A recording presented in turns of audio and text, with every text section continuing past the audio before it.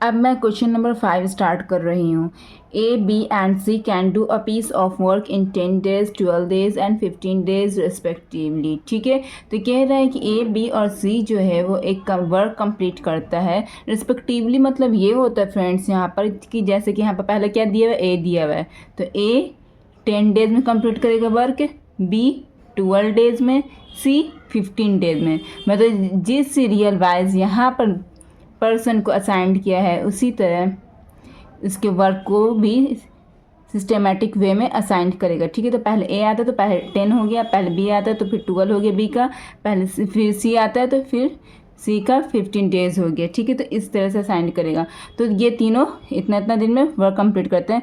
तो बोल रहे कि how long will they take to finish it if they work together. कह रहे कि बताओ जब तीनों साथ में काम करेंगे तब कितना दिन में वो वर्क को फिनिश करेंगे। ठीक है, तो चलिए अब हम लोग उसको क्वेश्चन नंबर 5 यहाँ पर लिख दिया। ठीक है, इसका आंसर हम लोग बना रहे हैं, सॉल्यूशन बना रहे हैं।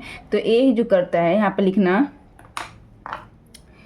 लिखना आप लोग कि ए जो करता है यहाँ पर लिखना ए फिनिश द वर्क कितना दिन में करता कंप्लीट है, बताइए बच्चों। 10 days में करता है। कितना दिन में करता है, 10 days में। ठीक है, तो 1 day में वो कितना वर्क करेगा।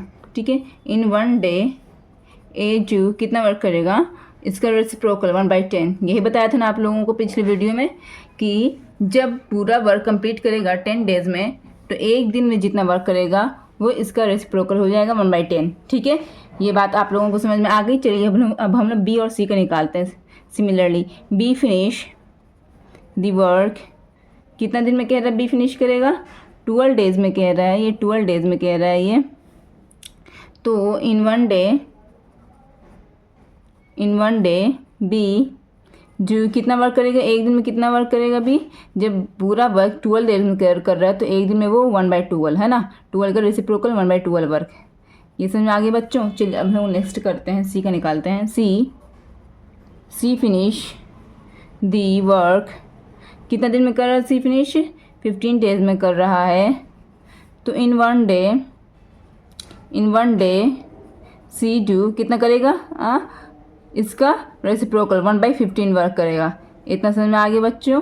तो सबका एक दिन का निकल गया, ए का वर्क निकल गया, एक दिन में ए इतना वर्क करेगा, बी एक दिन में इतना वर्क करेगा, सी एक दिन में इतना वर्क करेगा। ठीक है, अब तीनों का एक दिन के हिसाब से तीनों का वर्क जोड़ लीजिए। ठीक है, तो इन 1 day ए प्लस बी प्लस सी, तो एक दिन में तीनों मिलकर कितना वर्क करेगा, तीनों का एक दिन का वर्क जोड़ दीजिए। ठीक है, 1/10 प्लस 1/12 प्लस 1/15 जुड़ गया बच्चों। चलिए अब हम लोग ये लोग तीनों का एलसीएम लेते हैं। ठीक है, तो 10, 12, 15 का एलसीएम लेते हैं तो कितना आ जाएगा बच्चों बताइए। 2 5 10 2 6 12 15 5 3 2 6 3 5 15। ठीक है, 5 5 2 5 5, तो कितना हो गया, 5 2 10 3 2 6, मतलब कि 60। एलसीएम कितना आ गया बच्चों, यहाँ पर एलसीएम जो मेरा आ गया यहाँ पर 60 आ गया। ठीक है, तो 10 की टेबल कितनी बार में 60 आता है, 6 बार में आता है। 6 को न्यूमरेटर से मल्टीप्लाई कीजिए, 6 में 6 प्लस का निशान प्लस दे दीजिए।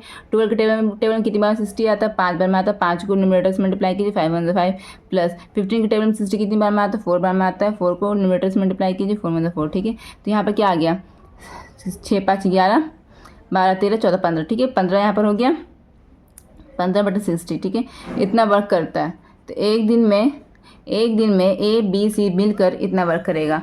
तो वो टोटल वर्क कितना करेगा, टोटल वर्क फिनिश्ड बाय ए प्लस बी प्लस सी, यही मांग रहा था ना क्वेश्चन। तो टोटल वर्क ए बी और सी कितना दिन में करेगा, इसका रेसिप्रोकल कर दीजिए, 60/15 डेज है ना, ये डेज हो गया। ऊपर नीचे कट रहा है, कट तो काट दीजिए, 15 में 15 15 + 60 इज इक्वल टू क्या आ गया, 4 days। यही आपका आंसर आ गया बच्चों, मिला लीजिएगा आंसर शीट में बुक के। ठीक है, ये मेरा आंसर आ गया। ठीक है, चलिए अब हम लोग नेक्स्ट क्वेश्चन की तरफ बढ़ते हैं।